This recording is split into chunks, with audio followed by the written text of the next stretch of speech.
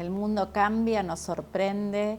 Las escenas de la pospandemia trajeron también la inteligencia artificial generativa.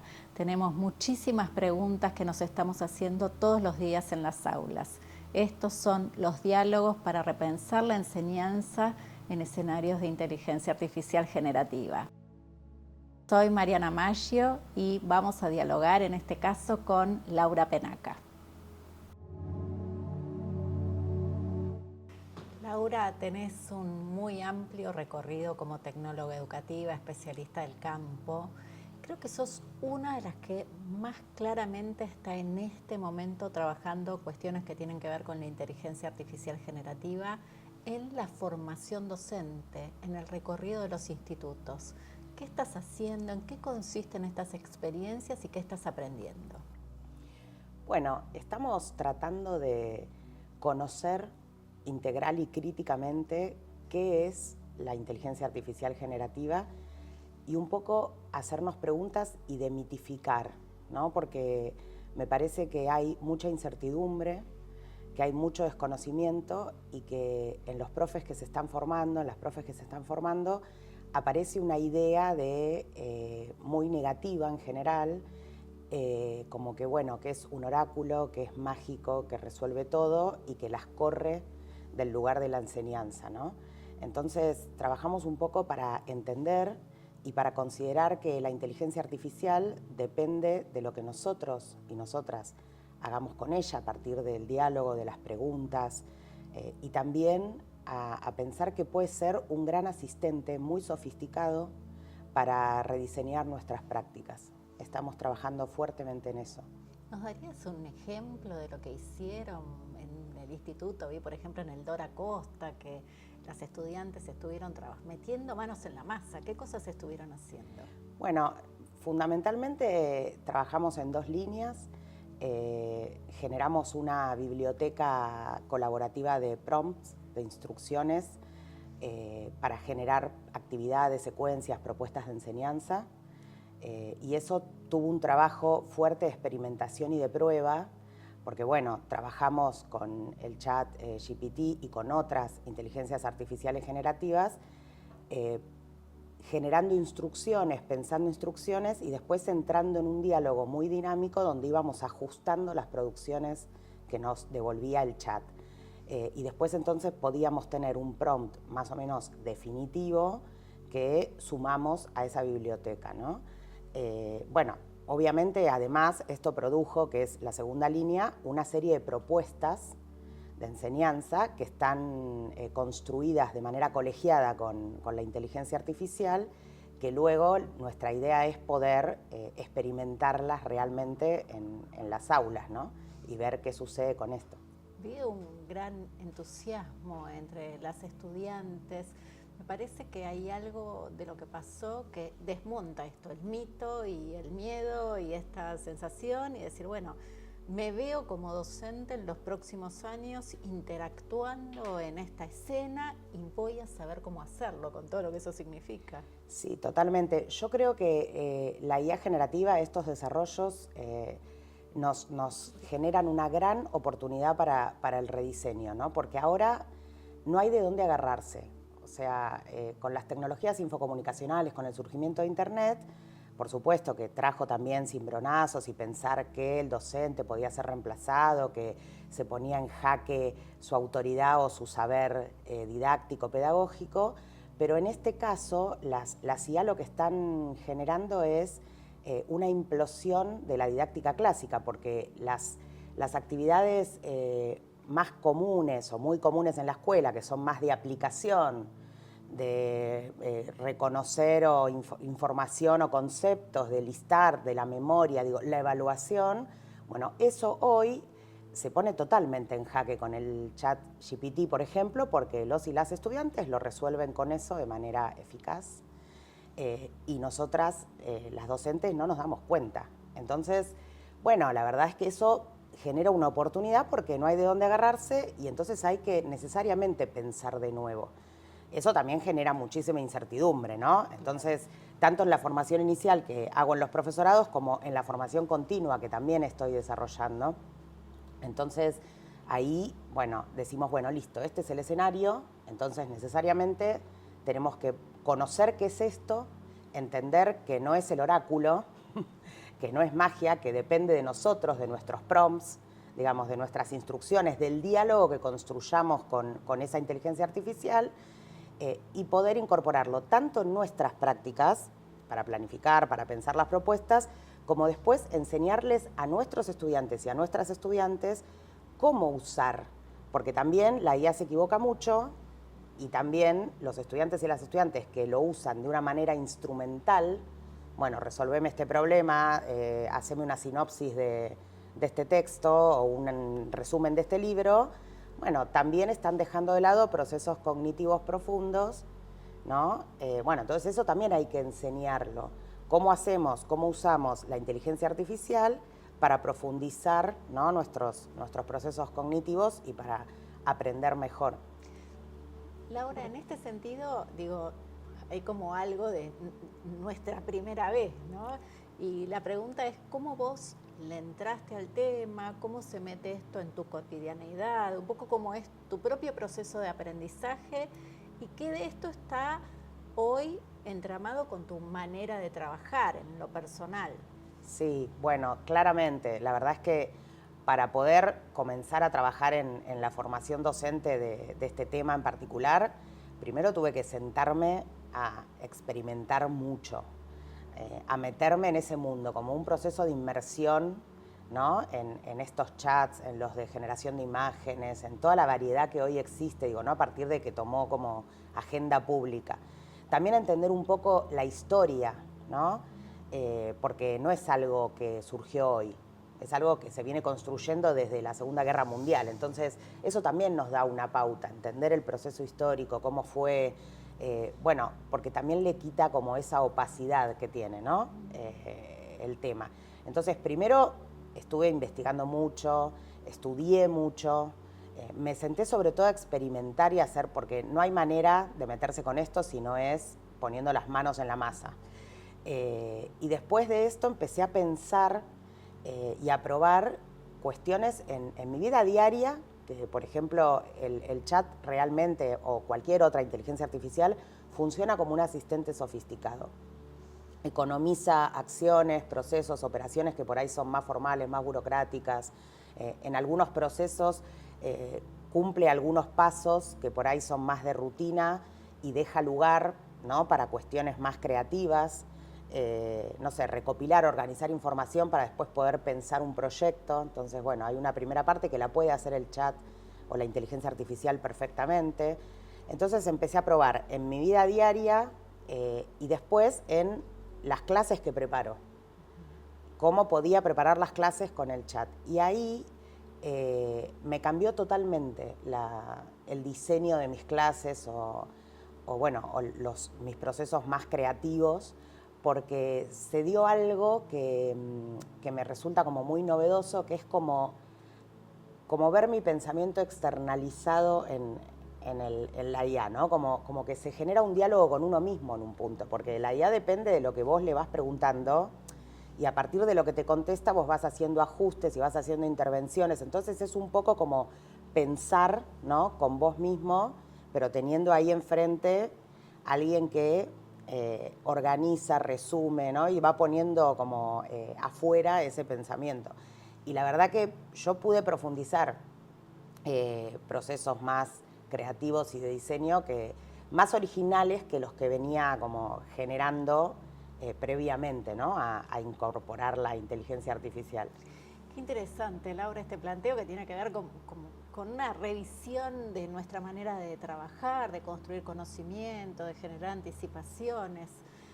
Vos tuviste grandes responsabilidades en términos de las políticas de inclusión digital del país y siempre conectaste el acceso tecnológico con cuestiones que tienen que ver con el rediseño de las prácticas de la enseñanza. Eso en su momento tuvo que ver, por supuesto, con la entrega de netbooks, con la generación de contenidos desde Educar, con la formación docente, el apoyo a ciertos dispositivos de intervención en las provincias.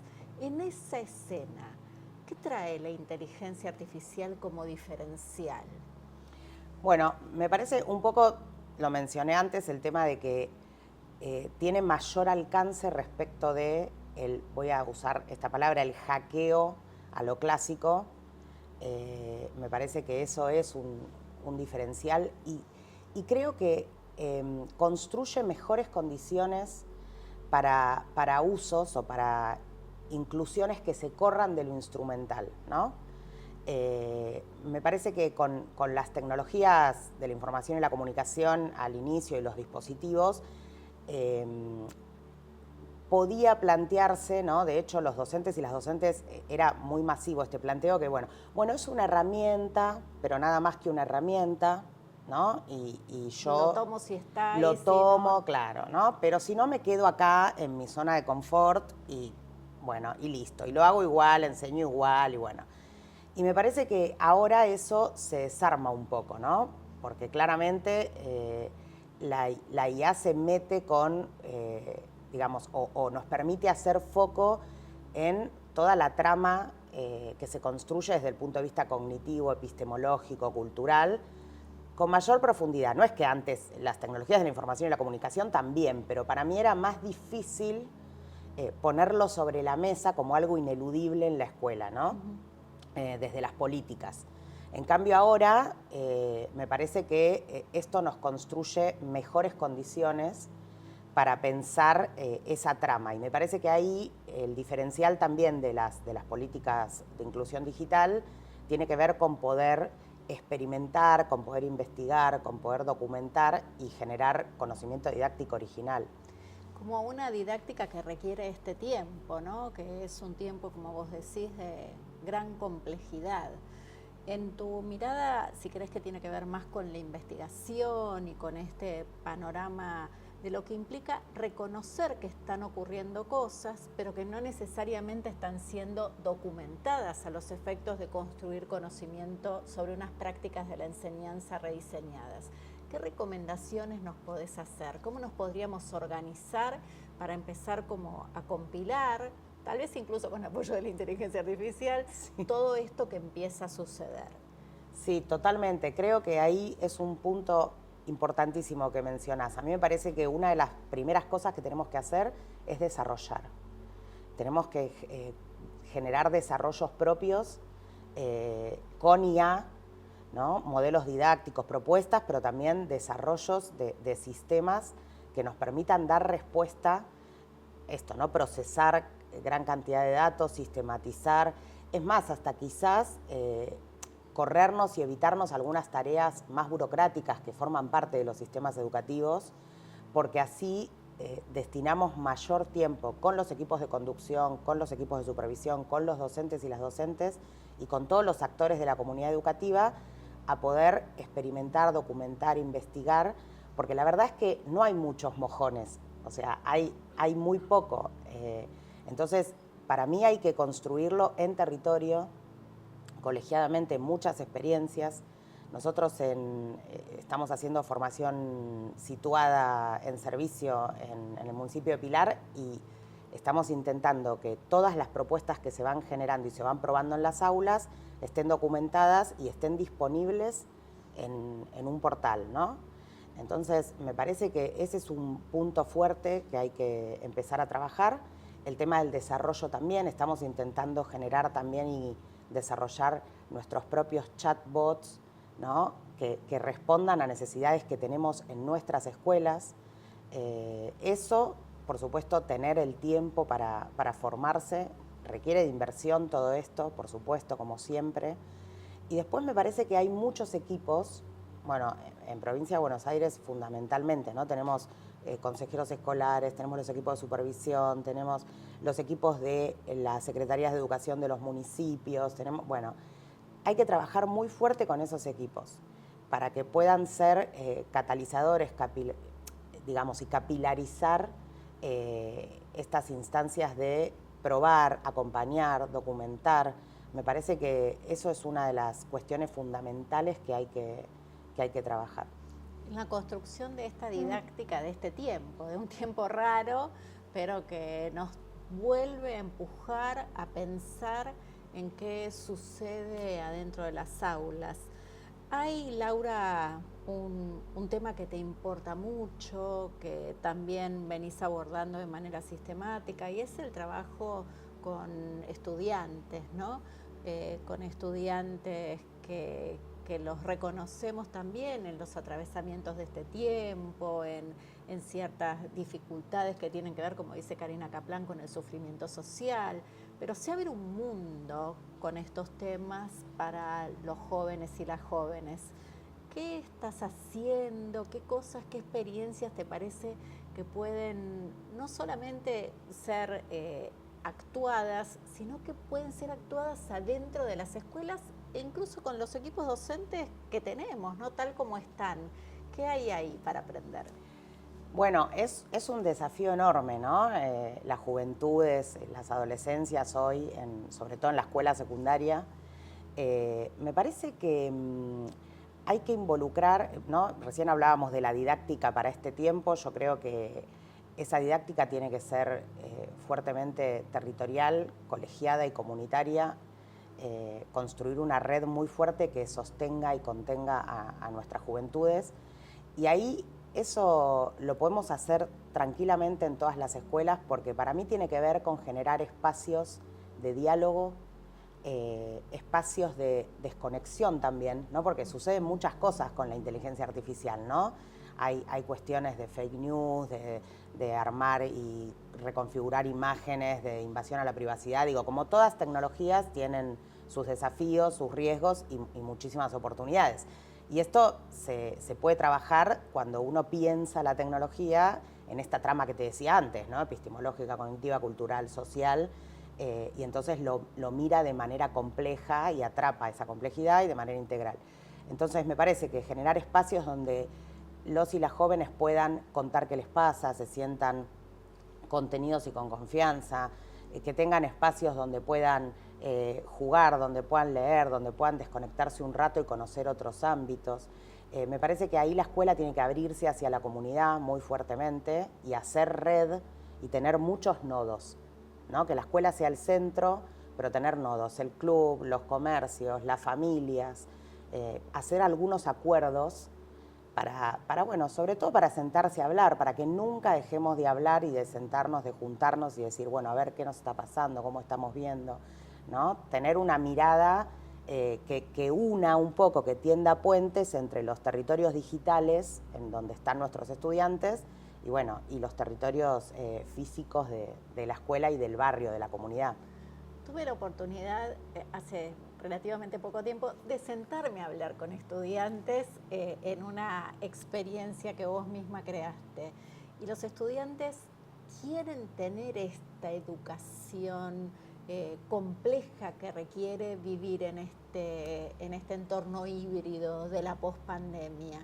¿Cómo podemos alentar experiencias que reconozcan esto y que los pongan a jugar como creadores, como prototipadores, como diseñadores, como experimentadores? ¿Qué se puede hacer en lo concreto para que esto suceda? Sí, bueno, tal cual. Mirá, estamos trabajando en algunas ideas que tienen que ver, es verdad, los estudiantes y las estudiantes piden a gritos que les demos espacio para pensar y para saber cómo manejarse en este mundo, ¿no? Híbrido. Bueno, porque como vos decís bien, Mariana, bueno, somos sujetos híbridos, ellos también, nosotros también, pero hay que aprender, ¿no? A manejarse y a vincularse en este entorno. Entonces, piden mucho. A mí me parece que si nosotros generamos instancias donde ellos puedan producir en las redes, en la virtualidad, para concientizar, para publicar, para comunicarse con otros y otras en relación con estas temáticas, damos varios pasos adelante. En Pilar, por ejemplo, estamos trabajando con centros de estudiantes para organizar campañas respecto de la concientización y el uso responsable de dispositivos y de redes sociales, y son ellos mismos los que conversan entre pares sobre sus problemáticas, sobre qué cosas suceden, qué cosas los angustian, y después entonces generan piezas y contenidos digitales para publicar, para conversar con las familias, para presentar a sus docentes. Y ahí hacemos reuniones y encuentros con las familias y con los docentes. Y al principio, cuando nosotros lo proponíamos, había directores, había supervisores que nos decían, no, lo que pasa es que en secundaria no vienen las familias.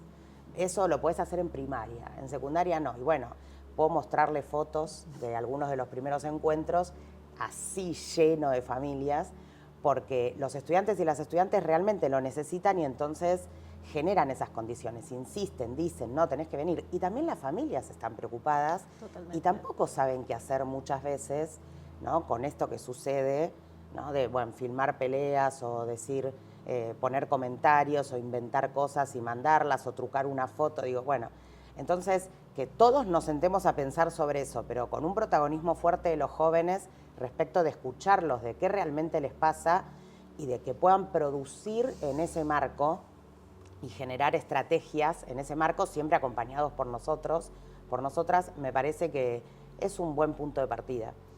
Qué bueno, Laura, este planteo. Sos pedagoga, especialista en estos temas, te dedicas a la política, sos mamá. ¿Cuáles son tus sueños en este contexto que resulta tantas veces de gran dificultad para la educación de estas jóvenes y estos jóvenes? Bueno.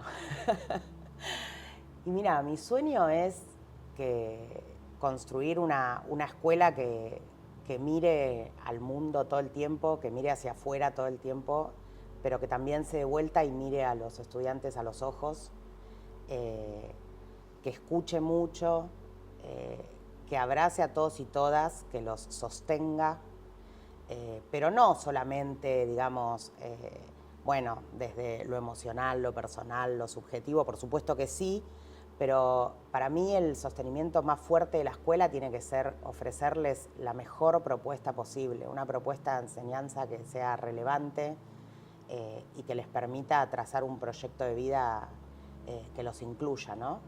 Que puedan desarrollarse todo lo que quieran, que puedan cumplir todos los sueños que tengan. Y bueno, yo sé que es grande el sueño, pero, pero me parece que se puede construir, que si nosotros bancamos a la escuela como lugar fundamental de la transmisión cultural, que en particular yo lo banco porque hay muchos lugares donde se transmite cultura, pero la escuela es un lugar donde nosotros podemos intervenir desde un proyecto colectivo. Es el lugar de lo público, digamos, es el lugar de lo comunitario. Entonces me parece que tenemos que apostar a construir, aunque sea difícil, ese lugar, con mucho acompañamiento y con mucha red. Muchas gracias, Laura. No, ahí por vamos. favor. Gracias. Gracias a vos.